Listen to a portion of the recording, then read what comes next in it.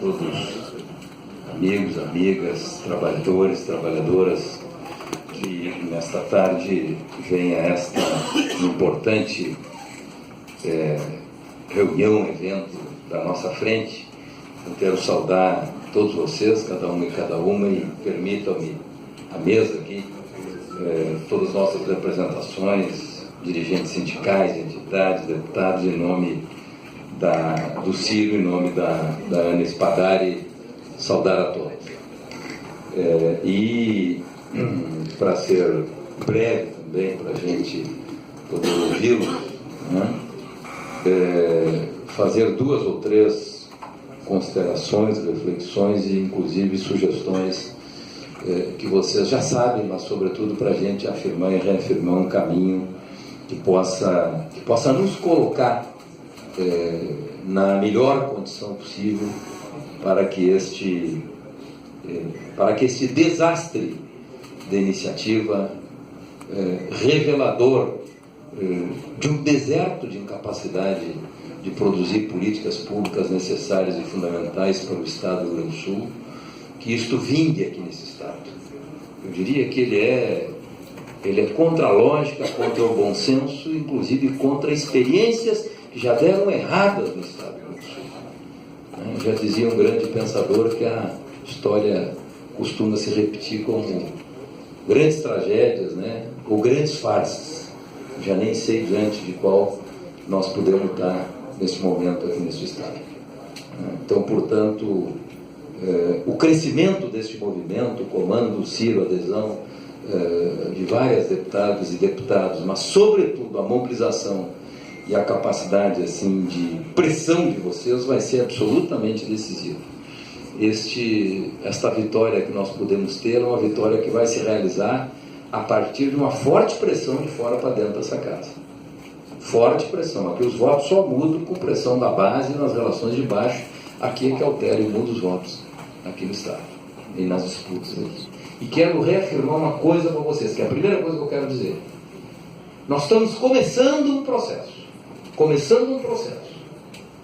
Não permitir que tire da Constituição aquela grande conquista que foi estar lá a ideia do plebiscito. O debate que nós temos é não permitir as privatizações das empresas públicas.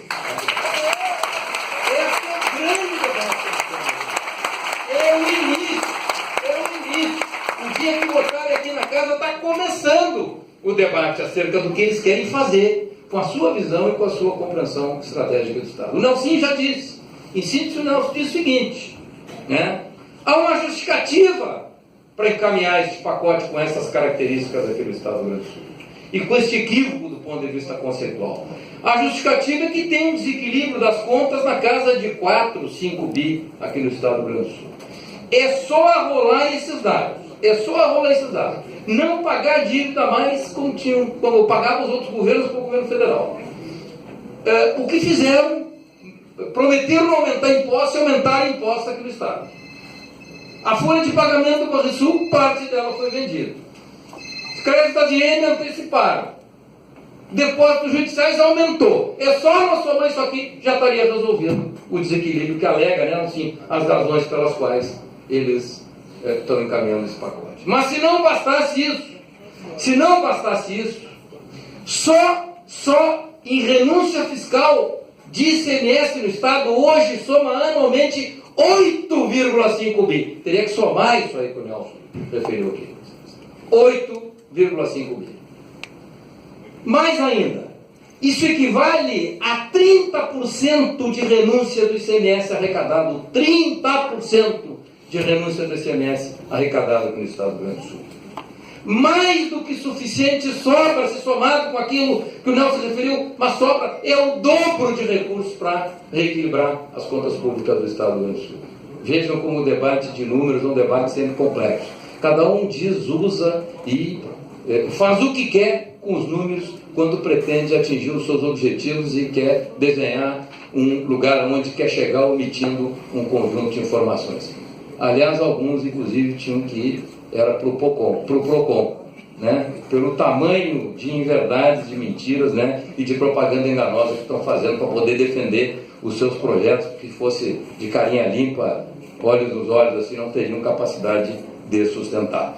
Bom, mais do que isso ainda, tem uma coisa que é fundamental, a sonegação, que é um outro elemento ainda que entra, né? A sonegação, né? O contrário da sonegação, por exemplo, as exonerações, elas são autorizadas. Então vejam, tem a sonegação, que não é cobrada, e tem a autorização, que são a questão das exonerações. Então as empresas deixam de recolher. É claro que nós sabemos que aí entra o leite, entram exonerações de empresas pequenas, de setores que precisam, que são necessários, que a desoneração é um instrumento de crescimento, de desenvolvimento, etc. Ninguém é bobo, todo mundo sabe que isso aí é importante. Mas nós queremos tratar aqui, quando tratamos de desoneração, é quem não cumpre os compromissos assumidos para não pagar ICMS. E isso, por exemplo, nós podemos revisar. É isso que nós estamos discutindo aqui no tema da CPI, aqui na Assembleia Legislativa. Por quê? Por quê? Porque, na verdade, esse país também vive oprimido por uma coisa maior. A sonegação e, principalmente, as desonerações, elas são decorrência de uma visão e de uma compreensão maior na sociedade. Qual é a visão e a compreensão? É que está livre nesse país, por exemplo, a guerra fiscal. Cada estado pode ter o ICMS que quer. Aí ele degola o vizinho do lado. Aí ele mata o vizinho do lado. Isso aí é um problema, pessoal. Isso aí, estou fechando. Isso aí é um problema. Então nós temos que abrir também um debate aqui sobre a questão da guerra fiscal nesse país. E você sabe qual é o pano de fundo da guerra fiscal? É o modelo tributário brasileiro e o modelo tributário do nosso país. Sabe como é que são os nossos modelos tributários? São regressivos. Quem pode pagar mais, paga a mesma coisa de quem poderia pagar mais ou menos, e paga a mesma coisa de quem sequer poderia pagar. Isso é o chamado modelo regressivo. Nem nos Estados Unidos, nem nos países centrais o modelo é esse. Ao contrário, nesses países ditos chamados grandes países liberais, não sei o quê, o modelo é progressivo. Quem pode pagar mais, paga mais. Quem pode pagar mais ou menos, paga mais ou menos. E quem não pode pagar, não paga nesse país.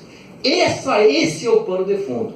Os projetos do governador, com todo o respeito, os projetos do Zé Sartori, eu o conheço de muito tempo, ele passa de largo por esse problema. Ele logo criminaliza, penaliza quem? O servidor público, as empresas públicas, os trabalhadores, o serviço público, e quer desconstruir o papel e as funções públicas do Estado e, quem sabe, levar essa fatura toda para pagar a conta para outros interesses, como dizia o Dr. Leonel Brizola, que não os interesses republicanos desse Estado aqui. E não tem nenhuma medida no pacote dele para fazer o Estado crescer, se desenvolver, gerar emprego, gerar renda. É isso sim que faz o CMS crescer, e é isso sim, inclusive, que dará um papel superior a todas essas entidades citadas aqui por nós. Das empresas públicas, a CE, a Sulgás, a CRM e a estas fundações, inclusive, que eles estão querendo liquidar. Ora, jogando na lata do lixo o conhecimento e a inteligência de quem há mais de 100 anos colocou esse Estado no papel e na situação em que se encontra o Estado do Rio Grande do Sul hoje. É reconhecido como um Estado altamente qualificado, mas não tem um projeto para fazer o Estado crescer e se desenvolver. É isso que nós precisamos. Aliás, foi por isso que ele ganhou as eleições. Ele não ganhou as eleições. O povo é inteligente. O povo é inteligente. Ele ganhou as eleições por isso. Esperava dele que ele tinha um projeto para governar esse Estado. Ele já vem revelando na metade final do governo que ele não tem nenhum projeto para governar o Rio Grande. Obrigado, pessoal.